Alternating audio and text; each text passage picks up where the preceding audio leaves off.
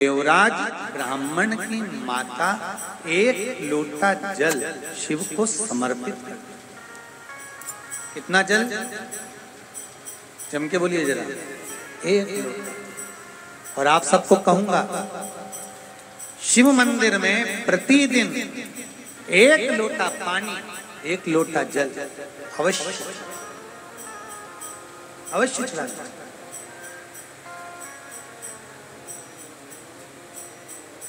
एक लोटा पानी भगवान शंकर को अवश्य। क्या होता है?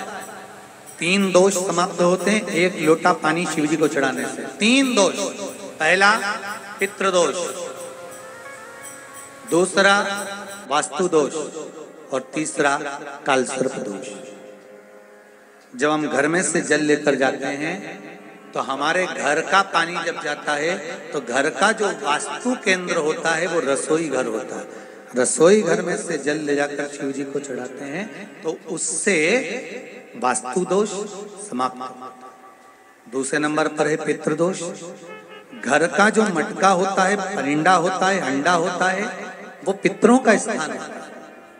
उस पितरों के स्थान पर जो जल भरा होता है उसमें से अगर भाग भगवान शिव को चढ़ाया जाए तो पितरों का देवता आर्यमा भगवान शंकर के कहने पर चलता है। इसलिए वो भाग जब शिव को प्राप्त होता है तो आर्यमा संतुष्ट होकर पितरों को भी फल प्रदान करता है।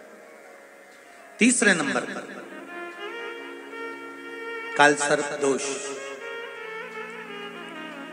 भगवान शंकर को एक लोटा पानी अगर चढ़ा रहे हो, भगवान शिव पर एक लोटा पात्र जल का अगर चढ़ा रहे हो तो आपका कालसर्प दोष समाप्त। कालसर्प दोष होता कैसे? शंकर भगवान का चढ़ा हुआ जल तुलसी जी में चढ़ाने से पत्रिका में कालसर्प दोष हो जाता है।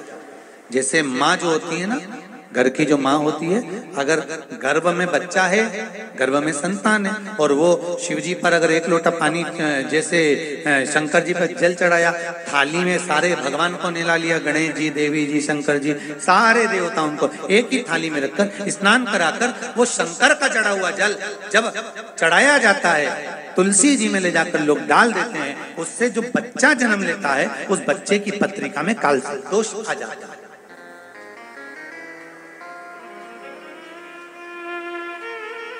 इसलिए शिव महापुराण की कथा कहती है सारे देवताओं को भले एक ही थाली में स्नान करा लो, एक ही पात्र में स्नान करा लो, पर देवाधिदेव महादेव को एक छोटे से पात्र में अलग से स्नान करा लेना चाहिए, अलग से।